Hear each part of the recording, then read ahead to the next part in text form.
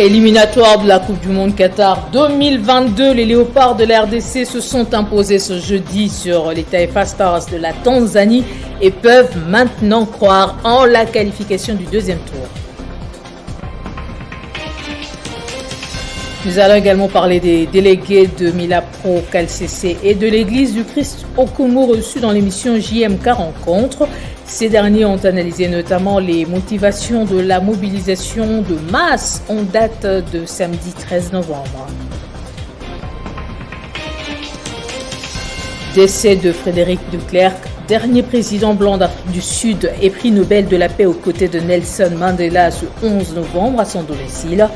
Annonce faite par sa fondation dans un communiqué. Le journal, vous le savez autant que moi, c'est sur Télé 50. Merci de nous suivre en ce moment et où que vous soyez. Ils ont leur destin en main et peuvent maintenant croire en la qualification au deuxième tour. Les Léopards de l'RDC ont écrabouillé ce jeudi les Taifa Stars de la Tanzanie en match comptant pour la 5e journée des éliminatoires de la Coupe du Monde Qatar 2022 grâce à l'excellent travail de Gaël Kakuta, Idumba Fasika et Ben Malango. Regardez. Take on the democratic.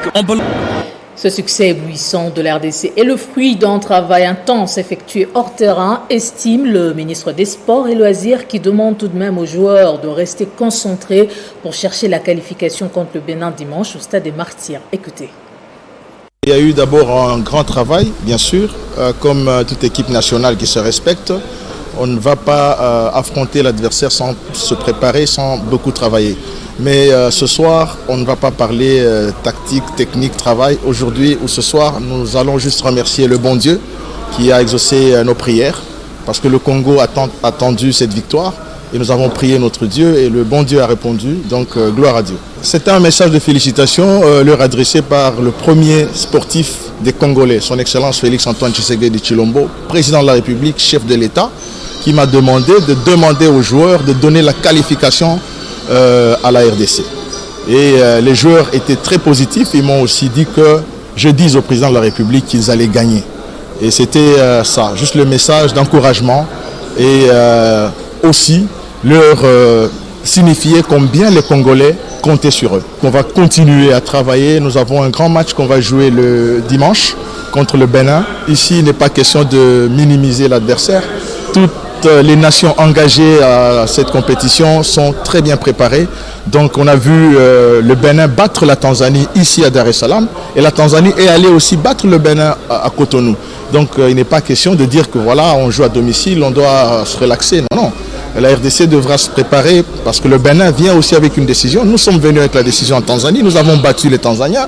Il faut qu'on sache que les Béninois ne viennent pas nous donner du cadeau, mais écoutez, ils viennent aussi jouer pour ramener la victoire. Le Bénin justement qui mène la danse dans ce groupe J au classement avec 10 points après sa victoire de 2-0 face au Bahia de Madagascar. Ce même jeudi à Cotonou, la RDC vient en deuxième position avec 8 points. Allez, changeons de chapitre. Le Premier ministre Jean-Michel Samalou Condé a reçu l'envoyé spécial du secrétaire général des Nations Unies pour la région des Grands Lacs, Wang Xia.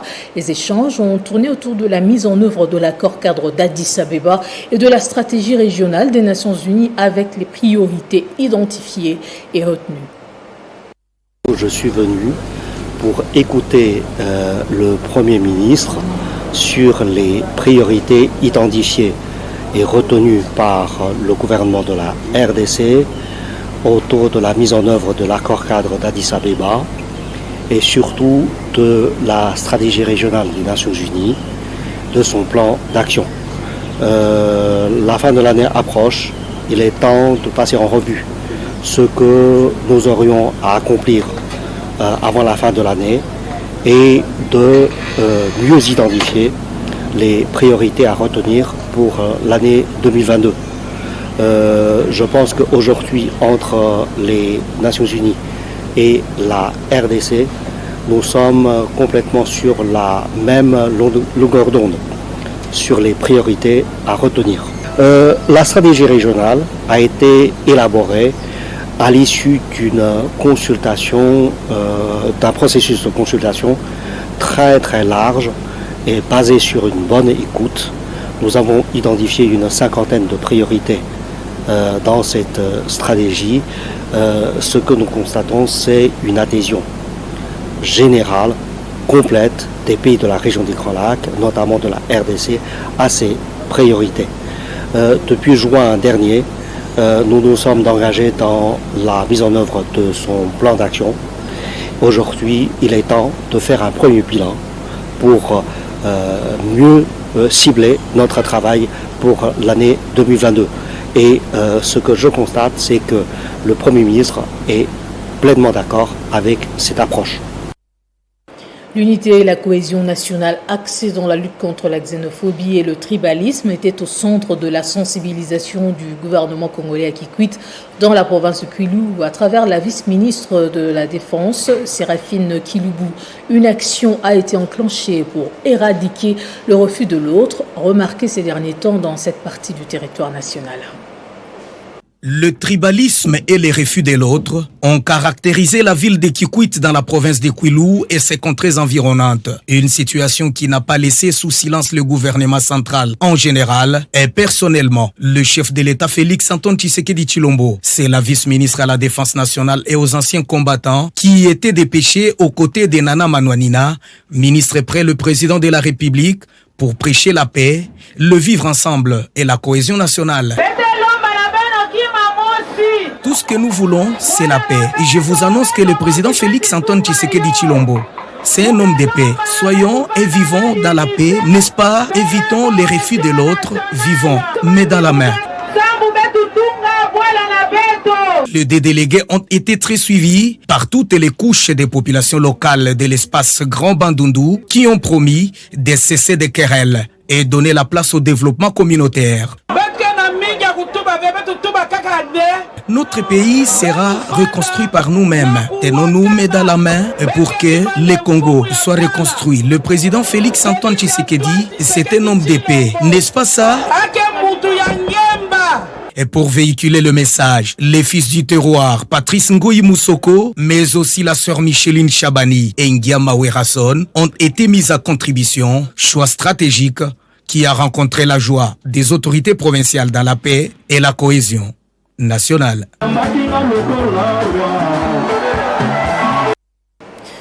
Les délégués de Milapro, KLCC et celui de l'Église du Christ au Congo ont été reçus dans JMK rencontre de Jean-Marie Kassamba. Ces derniers sont revenus notamment sur les motivations de la mobilisation des masses en date du samedi 13 novembre et de la nomination de Denis Kadima à la tête de la CENI.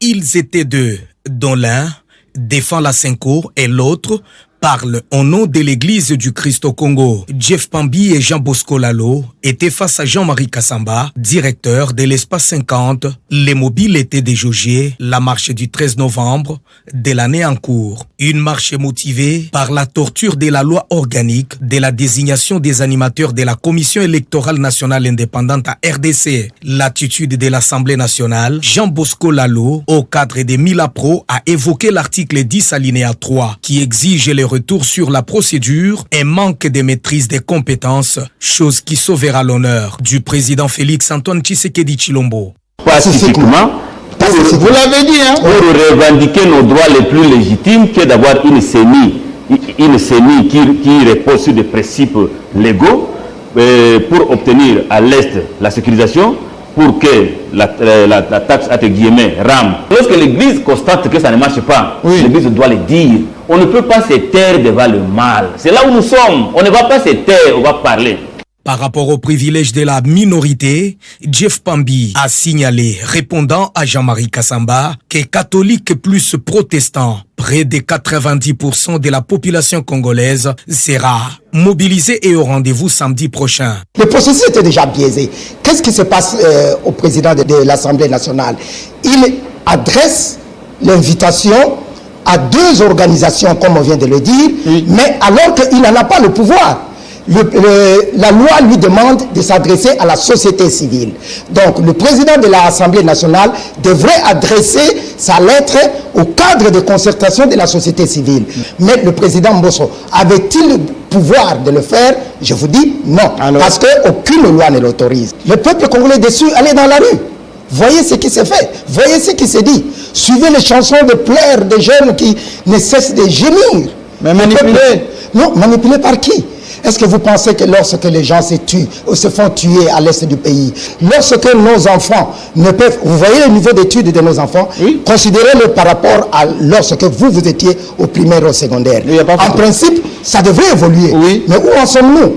Et au lieu de tout ça, tout ça mis ensemble, nous pensons que trop, c'est trop. Maître Jean Bosco Lalo a pensé aussi à toute une série d'actes de passage en force, la souffrance dans l'est de la RDC, la torture, Oram, l'inefficacité de la gratuité de l'enseignement et les social des Congolais en général, et toutes ces souffrances, on ne va plus se taire, a-t-il insisté. Les travaux de la 6e édition du Forum Géosciences ont été ouverts à l'Université de Kinshasa dans l'objectif de dégager des résolutions idoines aux problèmes des Congolais. Ces échanges de 2 jours entre les experts et la jeunesse sont placés sous le thème de la transformation locale des ressources naturelles pour le développement socio-économique de la RDC. 6e édition du Forum Géosciences, une vision prospective pour une meilleure compréhension des enjeux liés à la gestion des ressources naturelles, porteuse de nombreux espoirs pour le pays. En présence de plusieurs personnalités, dont M. Adalbert, représentant de la présidence, et Jado Kassongo de l'UNESCO, l'intervention du CEEC s'est basée sur la problématique de la certification, la fraude et les mécanismes pour lutter contre la fraude en rapport avec l'expertise, l'analyse et la certification. Étant donné que le CEC est autorité de certification, nous devons échanger avec la jeunesse pour leur faire voir les 2 types de fraude. La fraude fiscale qui part directement de l'expertise et de l'évaluation. Et au-delà de ça, on devait travailler sur la fraude que nous avons appelée le type de fraude barbare. Avec l'exode de tonnes et de tonnes de l'or qui sort, avec l'exode de tonnes et de tonnes de cassiterite qui sort, on devait faire voir les mécanismes qui sont mis sur pied. Donc c'était des échanges très fructueux avec la génération future pour qu'ils comprennent qu'il y a 2 types de fraude et le tout se trouve dans la certification. À noter également la présentation des outils de traçabilité pour la lutte contre la fraude, dont l'État congolais perd plus de 30 tonnes d'or de production artisanale par an. En échange avec la jeunesse de la future génération, le secrétariat technique de l'initiative pour la transparence dans les industries extractives en RDC a quant à elle présenté l'impact de la transparence des industries sur l'économie du pays avec les bilans de la mise en œuvre de l'ITIE 16 ans après l'adhésion de la RDC. À cela s'ajoute la description du tableau des recettes perçues par l'État, ventillé dans ces secteurs. Après Kinshasa, les agents de la SCTP du Congo central, précisément à Matadi et Boma, ont reçu 2 mois de salaire. Occasion pour le ministre des Transports, Chérubin Okende, en mission sur place, d'exhorter les agents à la vigilance dans leur milieu de travail et au professionnalisme. Au pied de l'avion pour l'accueillir, un comité restreint, composé notamment du ministre provincial des Transports, représentant le gouverneur AI et les directeurs généraux de la SCTP et de l'OEBK et le chef de division des transports de la province du Congo central. Le cortège a ensuite pris la direction du gouvernorat de province où le ministre Chérubin Okende a été reçu par le gouverneur intérimaire Justin Luemba Makosso. Durant une dizaine de minutes, ensuite, il s'est rendu au port de Matadi où il était attendu avec impatience par les agents. Message encore le nom des amis message à Eliya. Président de la République a dit Mokando Naye, Mitindo Naye. Oya le peuple d'abord et c'est quel éthique à la slogan Pamate. C'est sur le coup de 14 heures que le ministre des Transports, Voies de Communication et des Enclavements a atterri à l'aérodrome de Boma, accueilli par Madame le maire Marie José Nyongo et le directeur provincial de la RVA. Le cortège du ministre Chérubin Okende a pris la destination du port de Boma où attendaient les agents de la Société commerciale des transports et ports. Et je suis mon cas de accompagner SCTP dans l'effort de réhabiliter l'outil de travail. Comme à Kinshasa, les agents de la SCTP, Matadi et Boma ont aussi reçu 2 mois de salaire du coup. Chérubin Okende, qui les a appelés à la reprise du travail, les a également exhortés quant à la vigilance dans leur milieu de travail et leur a rassuré du paiement de salaire chaque le 25 du mois. Dans le Haut-Uélé, la mission sécuritaire de la vice-primature de l'Intérieur a bouclé son travail dans la cité minière de Durba, en territoire de Ouattara. De retour à Isiro, la délégation a rencontré le gouverneur de province, Christophe Bassiani Nanga, avant de visiter plusieurs réalisations de son gouvernement. Reçue par le gouverneur du Haut-Uélé le 3 novembre dernier, cette délégation de la vice-primature de l'Intérieur a aussitôt quitté la capitale provinciale pour Ouattara. Son séjour ici, dans la cité minière de Durba, située à environ 300 km d'ici, ces émissaires de Daniel Asselo ont rencontré les différents acteurs de la zone pour tenter d'en savoir un peu plus sur ce qui s'est réellement passé le 22 octobre dernier autour de l'opération de démolition des constructions anarchiques érigées dans la zone B de la société Kibali. Le sol et le sous-sol appartiennent à l'État. Des retours à Isiro, la délégation effectue la ronde de différents chantiers pour palper du doigt les réalisations du gouvernement Bassiani Nanga. En traversant cette rivière Nepoko ici à Bolé-Bolé, la délégation fonce sur cette route en création dans le cadre du corridor oriental Aru-Durba-Ganga Isiro Bolé-Bolé Kisangani. Un calvaire indescriptible pour ces populations qui sont peu à peu en train d'être tirées de l'enfer. Sur ce tronçon menant vers Vatican en passant par Macapella, Christophe Bassiani Nanga est contraint de faire le pied jusqu'ici où la vie semble s'être arrêtée. Ce qu'on vit à partir de Bolé-Bolé, Kokoma Awa, pratiquement 40 km. Au moins 40 km. C'est dans la soirée que la délégation boucle ses longs périples qui la permet sans conteste de découvrir le Congo profond, à partir duquel le chef de l'État Félix-Antoine Tshisekedi attend booster le développement de la RDC. Et dans le Haut-Katanga, le bourgmestre de la commune de Likasi se dit préoccupé par la sécurité des motocyclistes ainsi que celle de sa population en particulier. C'est ce qui explique la convocation d'un conseil de sécurité avec ses collaborateurs et 8 chefs de quartier.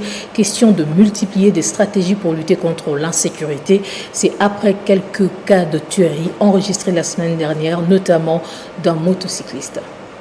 C'est dans les soucis de lutter contre l'insécurité dans la commune d'Elikasi, précisément de motocyclistes de ce coin du pays, que le numéro 1 de cette municipalité, Monongo Kiboko Olivier, a tenu un conseil de sécurité avec ses collaborateurs du bureau et 8 chefs des quartiers. Question de multiplier des stratégies visant à mettre fin à l'insécurité grandissante des usagers de motos. Depuis mon avènement, pour mon arrivée à la commune, nous avons enregistré plusieurs cas de tuerie, ce qui m'a poussé d'ailleurs à provoquer cette sécurité. Les différents présidents de l'association des motards à mon office, ils m'ont parlé de leur doléance, de leur proposition. Au lendemain des échanges entre ses collaborateurs, Monongo Kiboko Olivier, bourgmestre d'Elikasi, s'est rendu à la place de la gare pour rencontrer personnellement ses moutards, question de les sensibiliser autour de la sécurité routière. Parce que Kiboko est de retour à Likasi. Mon commune, Minjo Patron. Mindana la major. Tawana Nkuba, maire de la ville, dès lundi. Cette foule en liesse, visiblement très enthousiasmée, ne réclame que la candidature de Monongo Kiboko Olivier à Likasi et dans sa Lubodi natale, mais également la réélection de Félix-Antoine Tshisekedi Tshilombo en 2023. Prenons à présent ce sondage réalisé par l'agence TB de communication en ligne sur 38 personnalités dites influentes du Grand Katanga. Il ressort que 10 ont été retenus, dont le président du Forum national de la jeunesse, Patrick Katengo. Plus de détails avec Jean-David Kilolo. Mesdames et messieurs, bienvenue. Dans un live organisé par l'agence de communication TMB, consacré à la remise des diplômes des lauréats dans la catégorie des personnalités les plus influentes du Grand Katanga. Au départ, elles étaient 38. Après vote sur les réseaux sociaux, 10 ont été retenus, parmi lesquels Patrick Katengo, représenté ici par Simon-Pierre Kalenga. Par le premier, il s'agit de Monsieur Patrick Katengo. Je commence par remercier l'organisation. Et personnellement, ça ne m'impressionne pas, ça ne m'étonne pas par sa façon d'agir en rapport avec la jeunesse. Il est celui qui n'a jamais fermé les yeux à ce qui concerne l'encadrement des jeunes. Et c'est dans plusieurs plans. Hein. Il est dans l'entrepreneuriat, il est dans les sociales, il est même dans la culture, il est même... donc c'est comme ça, il est presque partout avec les jeunes. Donc si aujourd'hui il est nominé, bon, c'est les résultats d'un grand travail qu'il a pu faire pendant plusieurs années. Profitant de l'occasion, Daniel Nzila, directeur général de l'agence, définit les objectifs de ces sondages. C'était de faire justement aussi de ces personnes-là des modèles, des références pour la jeunesse, aussi de voir combien la jeunesse place leur confiance en ces personnalités justement.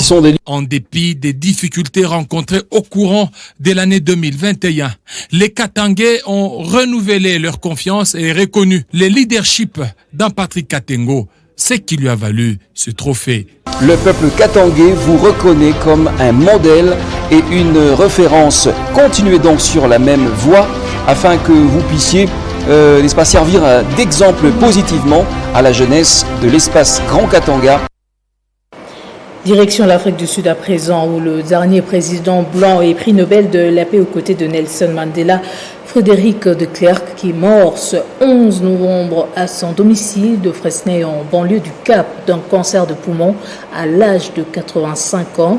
C'est sa fondation qui l'a annoncé dans un communiqué. De Klerk restera, selon les témoignages, l'homme politique sud-africain qui, dès 1990, entreprendra de démanteler le régime de l'apartheid et encore davantage celui qui fera libérer, après 27 ans de détention, Nelson Mandela. On va atterrir en France avec l'ouverture ce jeudi de la 4e édition du Forum de Paris sur la paix. Une trentaine de chefs d'État et de gouvernement sont attendus et 15 000 personnes participeront en ligne. Ce forum se tiendra sous le thème central, la réduction des fractures mondiales. À en croire Jean-Marie Kassamba, éditorialiste à Télé 50, c'est une conférence de plus qui n'apportera rien à l'Afrique. Il était l'invité du journal de 13h. Je vous propose de suivre un extrait.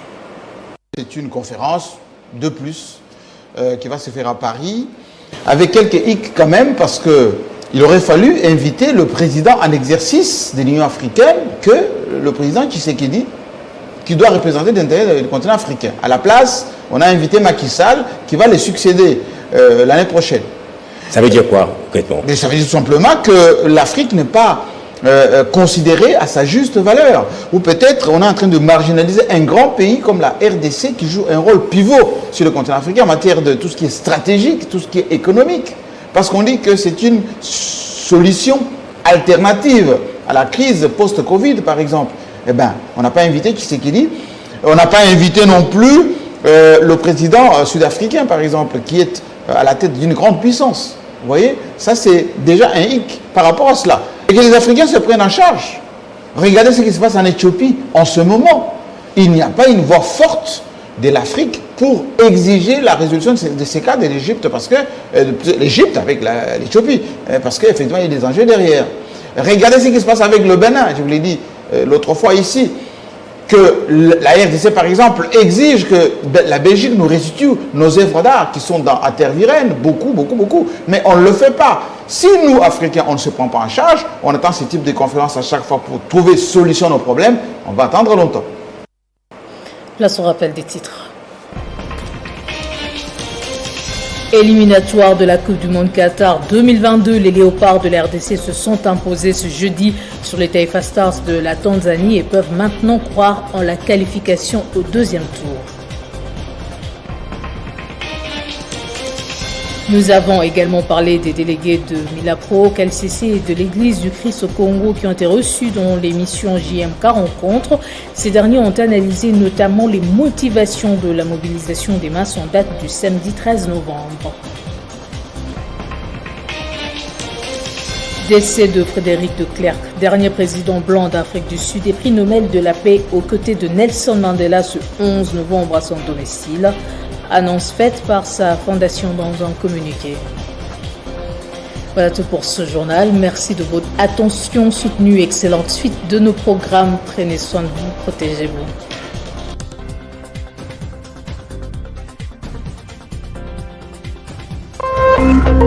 Téléchargez les infos Télé 50 sur www.télé50.cd.